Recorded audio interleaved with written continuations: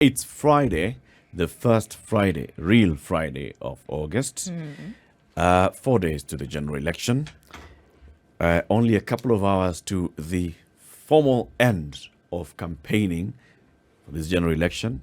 So on Sunday, if anybody knocks at your door and tells you, Naomba Kura, itia ye chief. On Sunday, if anybody does what? And he knocks at your door. Mimi, hello, madam. My name is Eric. I am a candidate in this area. Ita chief. Itia ye chief. No campaigning. No campaigning after midnight tomorrow. Okay? So that is what's going to happen. We have a new guest joining us in the show. Before we welcome and introduce him, you know what we need to do. The proverb. Yes, this is our final proverb from Congo, Brazzaville. No matter how full the river, it still wants to grow. No matter how full the river, it Yes. still wants to grow. Yes, that growth is what we call flooding. That growth is what we call an overflow.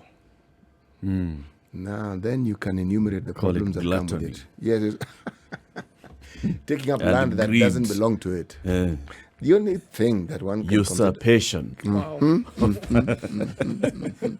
it's even boiled down to dictation, because when it does that, it forces you to do things you had not planned to do, like move away. So the river is a land grabber. It's worse than that. Yes, it's a disease carrier. Because once you have a flooding, the problems that follow, the movement of persons from where they originally lived is just a small part of it. Many other issues come up. But then, there are benefits, as you pointed out.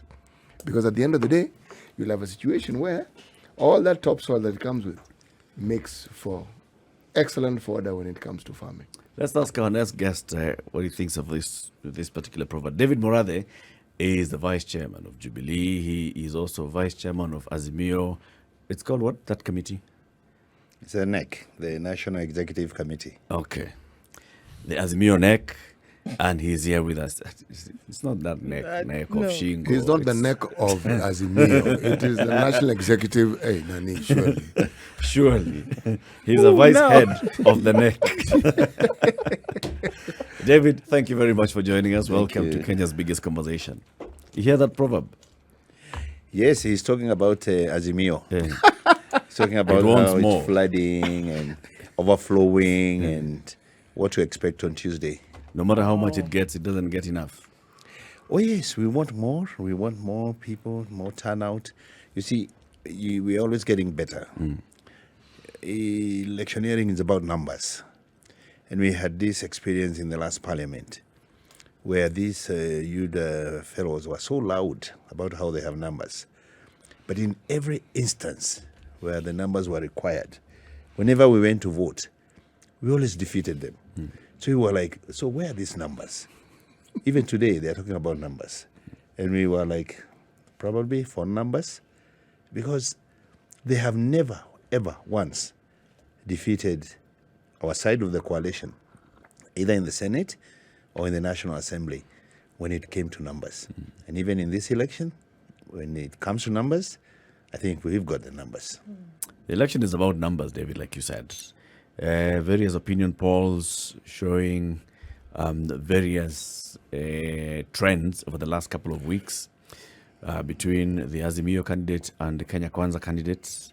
The Azimio candidate appearing to gain in some areas. The Kenya Kwanza candidate still appearing to lead, but nobody from the opinion polls appears to be winning this in the first round. It is going to be 60-40, actually.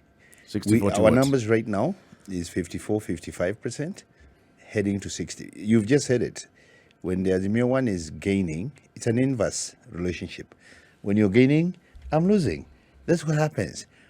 This guy has been on the ground alone all this time. And when the other team came in, he stagnated. Then the other team starts gaining. The only way to go is down. You say gaining, yet in this particular election, the gains are not necessarily from the person who we refer to as your competitor. We've had a large pool of people who the polls tell us are undecided. So are you saying that the undecided are now deciding and moving in the direction of your coalition? Or are you also saying that in addition to this, those who had supported your competitor are now also moving? What are you saying? I'm saying that the undecided, if you had been on the ground for the last 4 years, and you have not been able to convince those over the last 4 years, you are not likely to convince them over the next 3 days. And that therefore the probability of those people coming to our side is much, much higher than going to the other side. Because otherwise by now, you would have convinced them. All right? And by the way, if you looked at the most recent polls, the number of undecided has really shrunk. It's really shrinking. It's come down to like 7 or 8%. So if you're looking at Jacom's numbers, which were around 49, of that 7, you're giving him more than the half. So you're looking at maybe 4-3 or 5-2. Why? And therefore Why are you're you looking giving at him more than half? If they haven't decided yet, this man has been known to be a candidate for the last, 5-6 months? Let's face it. Jacom has always had something like 44% national. He has never had votes from Mount Kenya. For sure, this time, he's going to get votes from Mount Kenya. You know the mother effect. We know that's going to bring some votes. She energized the mountain. She excited the mountain. She excited the women nationally, not just in Mount Kenya. We know the president has come out bare knuckles. The president has his followers, and he has his supporters. We are there. We are the people who demonized Raila Amolo Odinga in Mount Kenya. We are the same people who are on the ground now telling the people, hey, it was just politics, nothing serious, it was just business. And then there's the track record of Jacom when we're telling the story of Jacom, the liberation story, the fight for democratic, for liberalization, and now we're going to economic. And people are buying this thing. And let me tell you, Latif, today we have teams in Mount Kenya, each and everybody going into their own villages, their own constituencies, people combing the areas. In Murang'a, for example, in Gatanga, you have myself, you have Peter Kenneth, you have SK Macharia. You go to a place like Kandara, people like Joel Kibe. You go to Kigumo, people like CS Macharia. You go to Kangema, people like this equity guy, Monga. You go to Managua. You know, it's the third thing, Kiharu. You have a serious team going ridge by ridge, campaigning for Raila. And I can assure you, by Tuesday, right now, I think in Mount Kenya, we're on 50-50. By the time it's called, we should be on 60-40 in favor of Raila Amolo Odinga. In Mount Kenya. Mount Kenya. What fuels this feeling? Scientific formula? When you get on the ground, are you seeing the reverberations of the crowds? Are you feeling the pulse? Because from the way you speak, David, and from the way we've heard people speak over the last couple of weeks, it is this resounding conviction. What is fueling that? That doesn't fuel it for somebody else? Well, you can see our competitors, for example. They have not held a rally anywhere. What do? They do roadsides. They go to marketplaces. They go to bus stops. They want to go to Githurai. Give me one example except Kapsabet and Nandi, where these guys have held a rally. What is a rally? A rally is where you ask people to come for a political rally meeting, like Uhuru Park. In a stadium. And you fill it up. Ask Musalia to fill Uhuru Park, for example. Or ask Weta to fill Nyayo Stadium. We have been doing rallies, all right? Then we have roadshows. As I'm talking to you today, we have a roadshow of Kikuyu artists, musicians in Nyeri, Murang'a, Laikipia, blah, blah, blah. We have another one now, also in Kirinyaga, Kirinyaga, Embu, coming down. Today in Nairobi, this week, we've done Roysambu, we've done Kasarani, we're going to do Starehe, Kamukunji today. We did yesterday Dagoretti, North and South. And we've done the Embakasis. And you see the feedback. You see the people. Those are roadshows.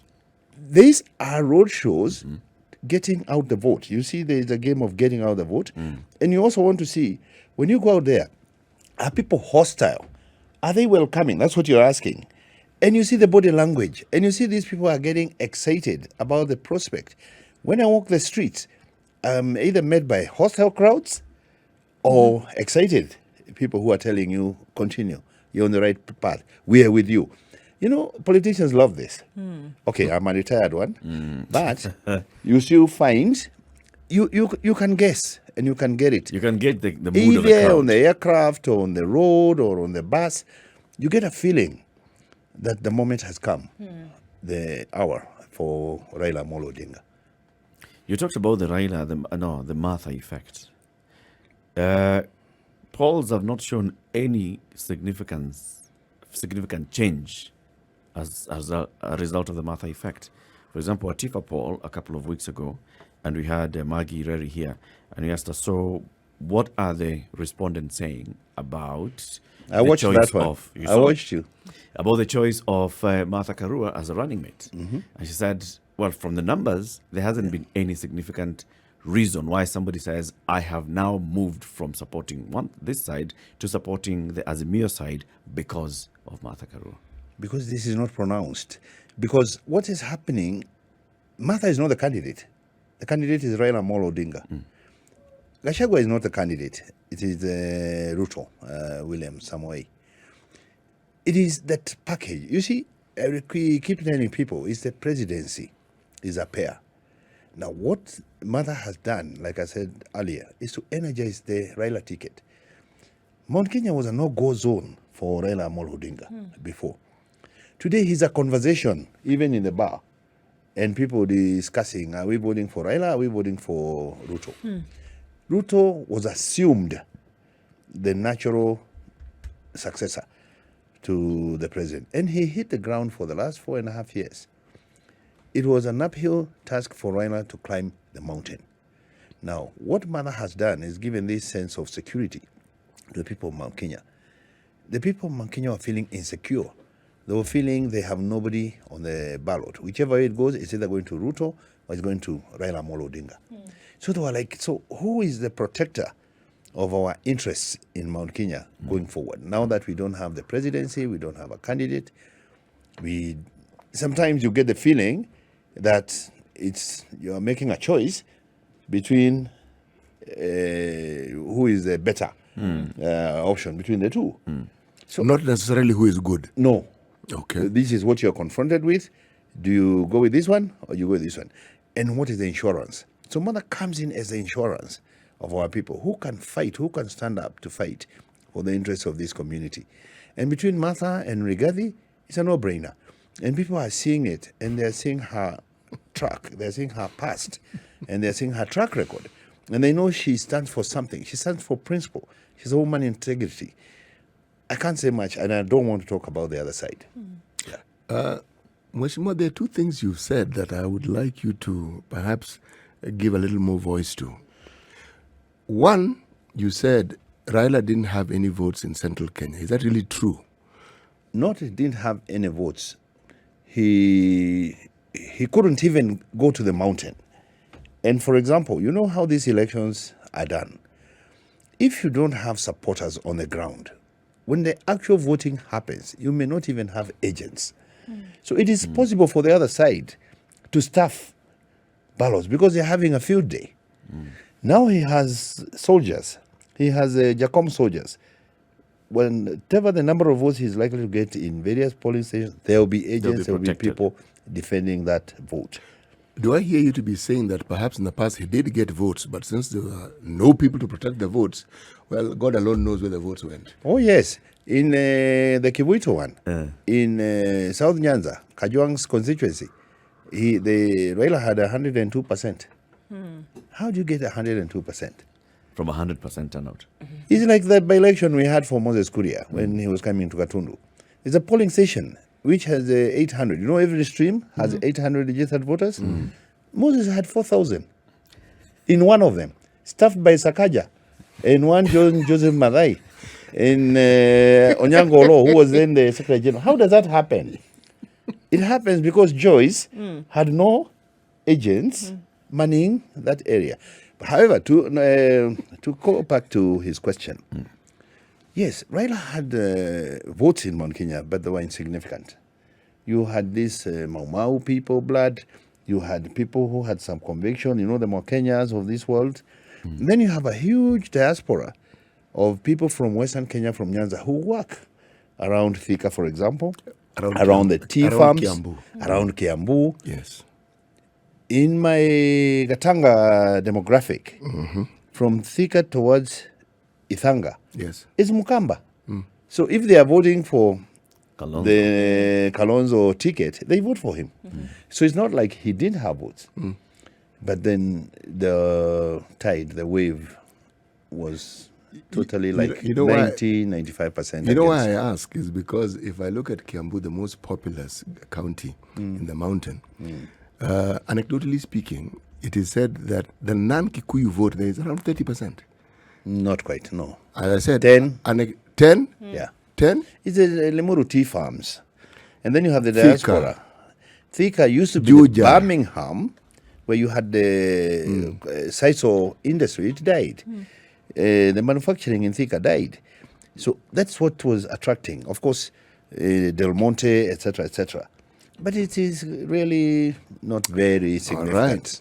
You see, we had one Mheshimiwa Kioni here, and according to him, he was of the view that Raila needs just 6% to top up what he previously had. In fact, he said 800,000 votes.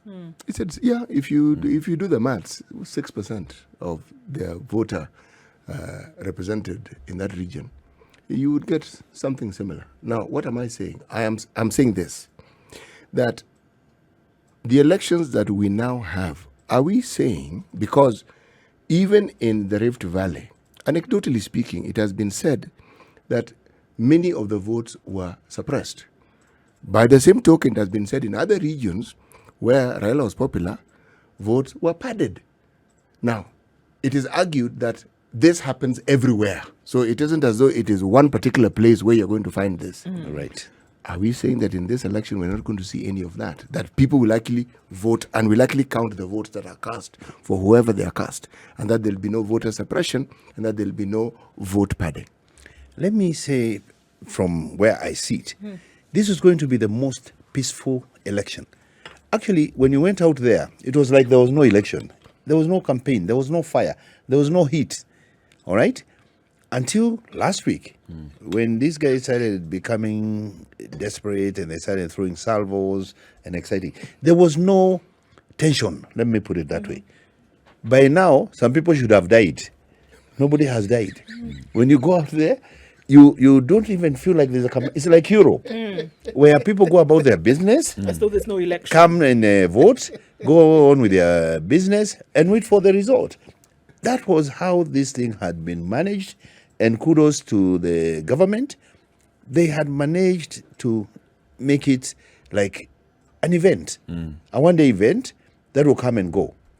Now, for example, they've started raising the temperatures in some areas by even going overboard. Because when you go now talking about murder, don't murder my children.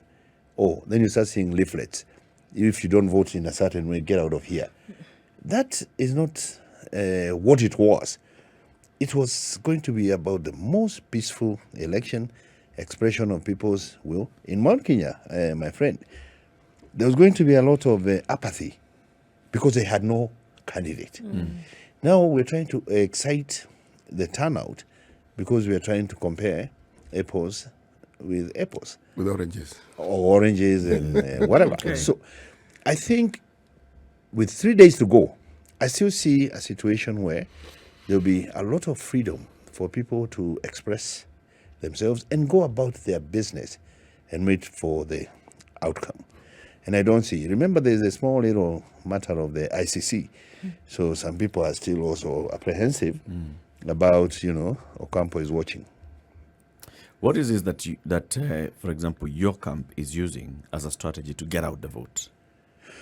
Emotion. How? We are telling them, look at, if you don't come out to stand with Baba, look at the alternative. Look at the characters who are carrying the other ticket. look at their history, look at their track record. You see, the beauty about this thing is that some of these guys have been in government for the last 30 years. Musalia since 1989, Ruto since YK 92. Powerfully in government, in top ministries, agriculture, interior, office of the president, all right, finance. These are people who are busy coming to tell you what they would do for you when they're in government. And they've been in government for 30 years. Jacob, on the other hand, has been telling people, give me this thing, and this is what I can do for you. He has never been given that opportunity to do that. So guys are about to give him the benefit of the doubt. And let me tell you, that no sumukate government. Mkeka nusu, hakuna carpet, hakuna toilet. He was actually frustrated to a point that he was not in the center of decision making in that national accord government. And that's the nearest, apart from the Moi cooperation thing. And remember, and when he went in, Kibaki that one, position? we are told, even all this road network is a Raila thing. You remember when he started demolishing things on the roadside? The road reserves. That is a Raila thing. So, although we love all this infrastructure that we are seeing, it started somewhere. And we're told it started with Raila Amolo Odinga.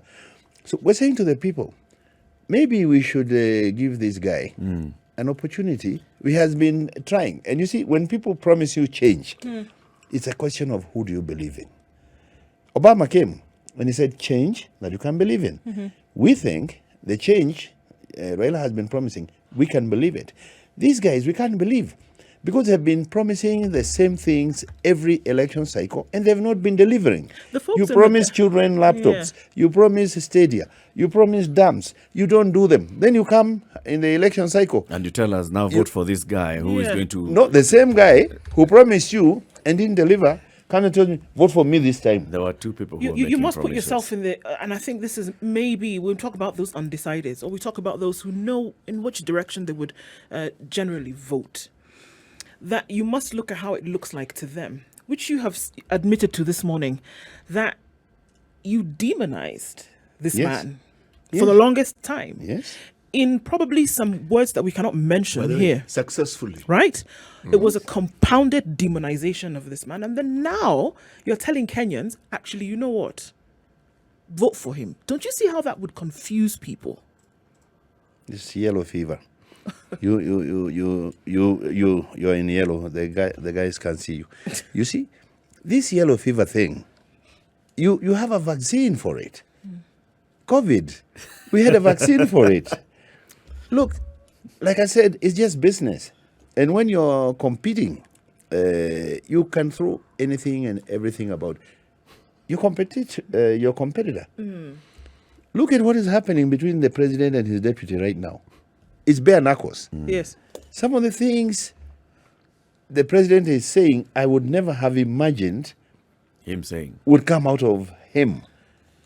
The things that are coming out of his deputy, you understand the frustration. This is one guy in one side of the mouth is saying he doesn't need Uhuru's support. On the other one, he's so bitter that the president has chosen to support his competitor. All right? Tulikupigia kura. Where were these people? Now you have betrayed us. Now you have abandoned us. That's bitterness and anger. Makasiriko is what is actually scaring people. When they see your true side of yourself coming out, you cannot even hide it anymore. I see it as a strategy being deployed by the both camps. The president, that same strategy of get out the votes, hits hard at the other side and show this other side, they let us down. Part of the reason why I've had enduring frustration is because of that other side. The deputy president also saying, look, we worked together, I was loyal to you, and yet you let me down. This is all just about tagging at people's emotions, their supporters' emotions, and that is and telling them we are not safe if we don't come out to vote. And then the response seems to be sometimes a little couch and not direct as, you are not really loyal to me. And so the loyalty that you expect me to reward, I cannot reward because you are not really loyal. I didn't feel the loyalty. Yes. No, but it is demonstrated. Can you imagine the president calling a PG at State House and the deputy is actively decampaigning people from not attending that PG? Can you imagine a situation where the government where he sits in the same cabinet, proposes some bills in Parliament, and he's busy mobilizing his side of the coalition to vote or to shoot it down. You see, whenever something is successful, the Deputy President wanted to take credit. Whenever there was a problem with the Jubilee government, he wants to distance himself from it. You can't have your cake and eat it. You are either taking responsibility for both the success and the failures of your administration, or you quit. And that's why people are saying, if you are unhappy, the most dignified thing to do has been done before by Joseph Morombi, has been done before by Jaramogi, is to quit. People have quit on principle. Martha Karua has quit on principle when she found it was no longer tenable to walk the lines of Kinamurungaro, the way they were taking this country down the road. So I think the Deputy President has been dishonest. And I think the President got to a point where he decided, now I have to go home. In fact, we had thought they should go home together because, like I said, they were a pair. And since I have to go home, I have a legacy to leave behind, the Uhuru administration. And because these guys are sabotaging that program, and if you have noticed of late, he's the one commissioning his own projects. You remember the DP used to go around saying, we'll do this, we'll do this, we've done this, we've done this. This time, it is the President himself. Whether it's something mundane as opening that road between the airport and it's called Makupa. Yes, it's called Makupa Causeway. Makupa Causeway. Yes. But by the way, you should go down there and see what has happened to the transformation of Mombasa. It's a beautiful road. Ever since Kinajoho started cooperating. I believe they wasted 5 years of fighting Uhuru. If they had used that 5 years doing what has happened in these last 5 years, if Kisumu, which you know also has undergone a massive transformation, if we had started this in 2013, those cities would be a wonder to behold. Let's take a break. 27 minutes to 10. David MURATHE is the vice chairperson of the Azimio National Executive Council. Of course, he's still the vice chairperson of Jubilee Party, which is a member party of Azimio, La Umoja, One Kenya Coalition Party. This is the Situation Room, the only way to start your day. Conversation continues with David MURATHE, the vice chairperson of Jubilee and Azimio. We're talking about Azimio's game plan for Tuesday, and in this last few hours of campaigning, you have until the end of the day tomorrow to campaign. Much of the work that you've been saying is getting out the vote in Mount Kenya, then sways the vote for Raila Odinga and he clinches victory. We had David Day here a couple of weeks ago, and he was reminding us of the 97 election where he and Nyang' Nyong'o and Charity Ngilu were in, what is it? SDP. Yeah. And, they felt that they had gained a lot of ground, especially in Kiambu County and Mount Kenya, in convincing people that, SDP is a viable vehicle and Charity Ngilu is a viable candidate. And they ended up getting a couple of SDP MPs. Yeah, I remember George Nyanja was in SDP. I was elected on SDP. I was coming there. Jeho Gatabaki. I was coming Beth there. Mogo. I remember the Stephen people Dichu. Where he had defeated Uhuru Kenyatta in Gatundu. in 97 on SDP. On SDP. So SDP gained ground. So David Day told us, but then when it came to the presidential vote, we just don't understand what happened. He does. He understands what happened. What happened? Charity missed the last rally at Uhuru Park. Her backyard was burning. She had to go to Kitui because we were convinced she was going to be president.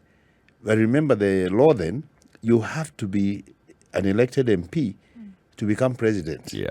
So you are going to get the presidential vote, But not and then the you don't get parliamentary your vote. Kitui vote, then your election is nullified. So she went to the ground. She missed that rally. And the Kebake people actually came the next day and did their rally and turned the mountain. Like you just said, most of Kiambu and Thika went SDP. The move was going towards Kandara, Muranga, towards Nyeri. So maybe David is forgetting that is what happened in 97. Charity panicked. And instead of doing the last rally, the way Matiba did his last one in 92 and went sweeping like an earthquake, she had to go and sort her Kitui backyard. We actually chartered a plane to go looking for her. And she was nowhere to be found. So in this election, how do you see Mount Kenya? There are very many people in Mount Kenya, like you said, who are undecided. There are very many people who are feeling, well, we don't have a candidate. Yeah, whichever way it goes, there is Rigathi on this side, there is Martha Karua on the other side. It's okay. So there may be voter apathy and not lower turnout in Mount Kenya this time. Getting out that vote out in Mount Kenya and then getting it, swaying that voter from Ruto, who, like you said, has been dominating, to Raila. What is that strategy? I think, like I said the last time, people like my own sister were clear they were not going to vote.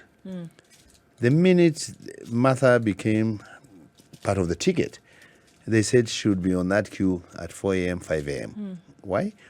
Because people, I think we are maturing as a democracy, where people are trying to look for that person who you can trust. Not just promises. Politicians make all kinds of promises. But who can you trust to deliver on their promises, despite all the... And you see, I think for us, we are just topping up what Raila has traditionally had. And it's also true, Raila may have lost some ground in some of his traditional strongholds. But to a large extent, what we have seen is like Ukambani is locked, the coast is locked, Nyanza, of course, is locked, Turkana, northern Kenya, and what we're fighting for now is the heart and the soul of the mountain. And we're actually not too worried about the Raila vote. I had our friend here tell it's about Munga how... is my name. I know you're Munga. About how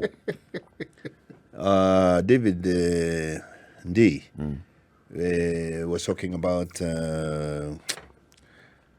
Mount Kenya dynamics. Yes. The mountain moves at the very last moment. And that is what we're trying to deal with.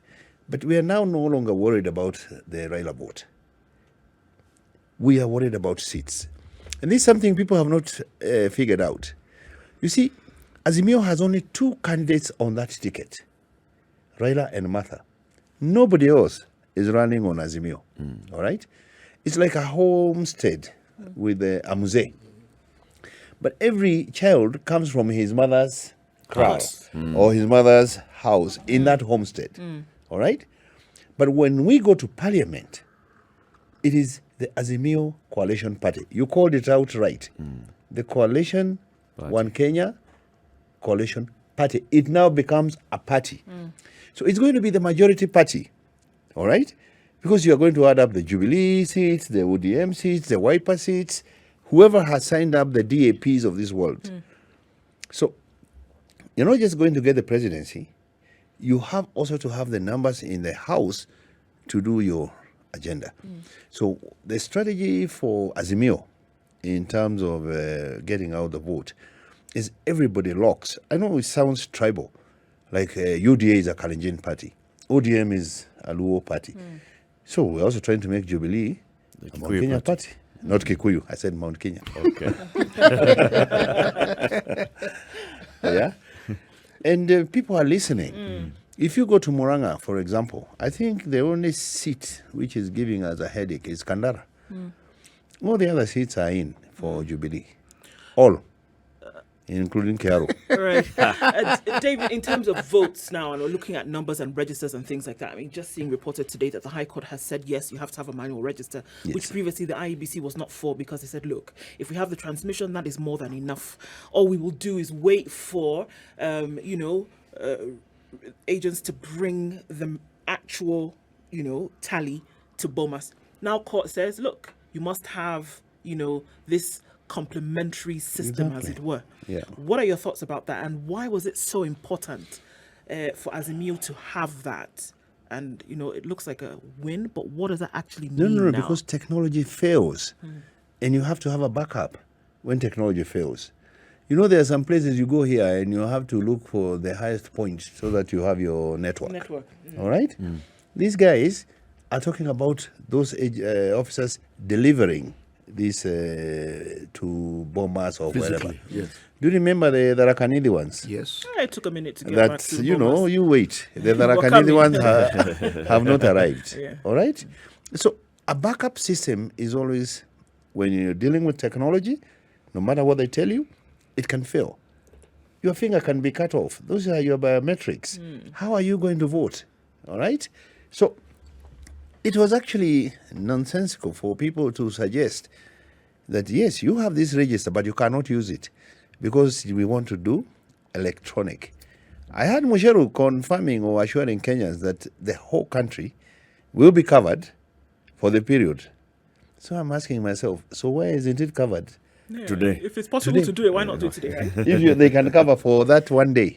But let's not mix the two issues. There is voter identification, which is where the manual register comes in, and then there's a transmission of the results. Yes, And the issue of voter identification, right. IEBC has previously said, look, Yes. we have this KIMS kit. They We fail. are going to have the register on a flash drive, enter it into the KIMS kit. If this KIMS kit fails, Yeah. we have X number of backup KIMS kits Yes. per ward. Right. Get the one that is a backup, bring it, fix. If it fails, it's another backup. The chances of 4 KIMS kits really failing on that one day, surely you can see yenye hapa iko shida. That's what we're saying.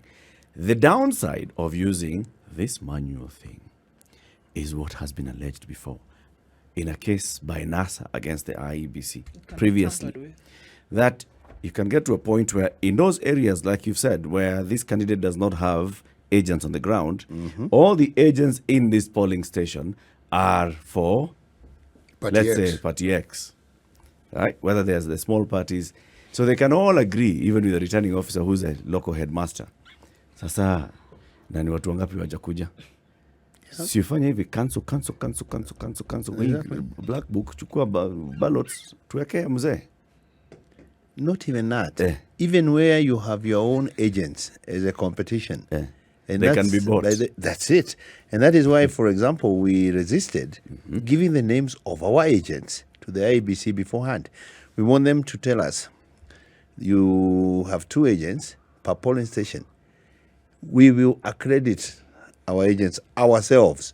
Because if they know beforehand and that information leaks to your competitor, the game is to try and compromise and buy your agent.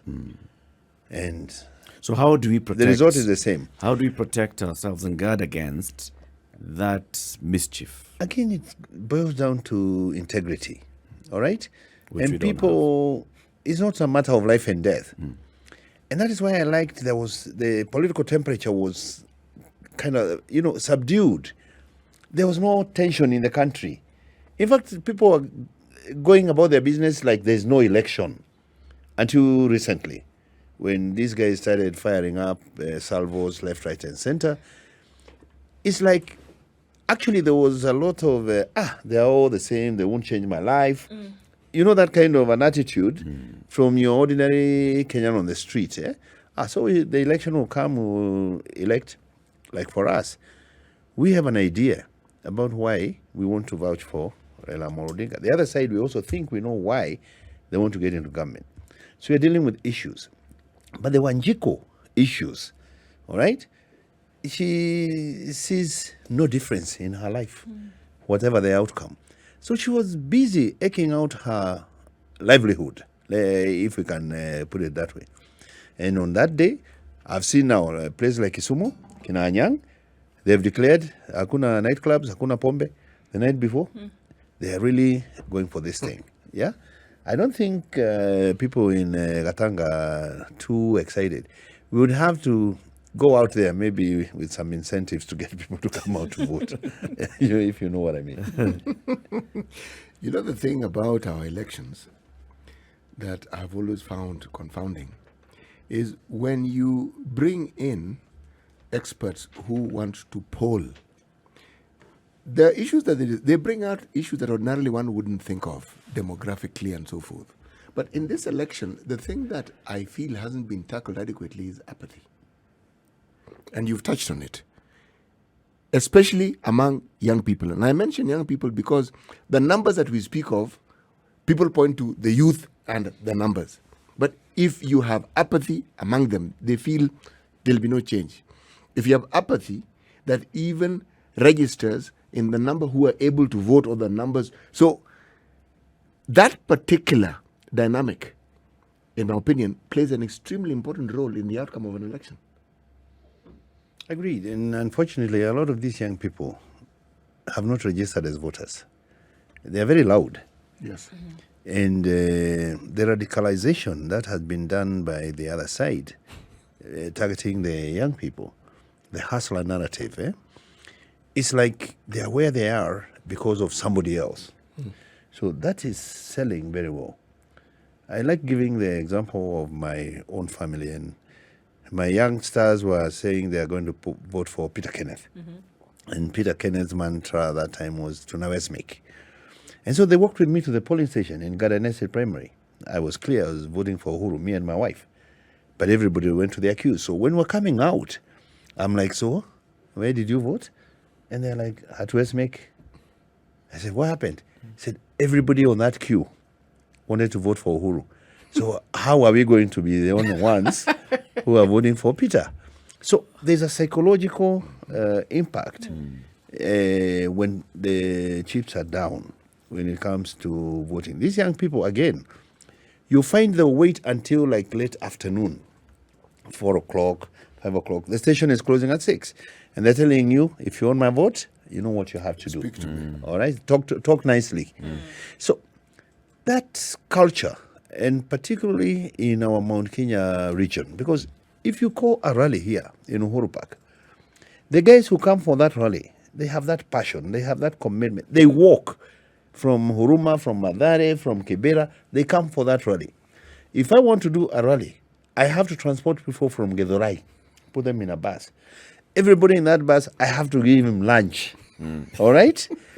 So you can see the difference. And that culture is what has been eating into Mount Kenya. So that, okay, we've had what you said, lakini unatuacha namna gani? So there's that expectation. Choma jeshi. And then these candidates also know, all I need, this is the budget. And surely, you know what will happen. Once he gets elected, the first order of business is to recover what he spent on getting it. Isn't it ridiculous that somebody is spending 30, 40, 50 million to become a member of parliament? When we were running in 97, you would not even spend more than $500,000. And that was petrol, fuel, Everything. maybe lunch for your agents, nothing. Today is madness. 40 million. That you are putting, what are you saying? They are saying even a presidential campaign budget, I don't know how many billions. Look at our friend, the deputy president. He's been spending like 30 million shillings every day. David. My friend, not every day, sorry, Okay. every week. So, no, we did the math. It's like 120 million a month. All right? So it's 1.5 billion a year. He has sustained that kind of lifestyle for the last 5 years. That is 7.5 billion shillings. All right? Now, then you have another like 5 billion for the campaign itself. How do you sustain that kind of, and how do you explain, how do you justify spending that kind of money? Obviously, people also ask, where do you get that kind of money? We have not had you fundraising. Surely it's not from your pocket. Angel This investors. must be proceeds of some other But Time is bananas. short. Time is actually short, isn't And it? it's over. Eh? Thank you very much for I coming. wish you all the best, you guys. I hope you have time to vote, or will you still be on air? Yes. We will be on air, but we will vote. You'll find a way. Yes, we will. Yes. Please do, because people need to understand the importance of voting. It's about making choices that will affect your lives and your livelihoods. And the people you put in there are going to determine a lot in terms of going forward for individual households and individual families. Indeed. Yeah.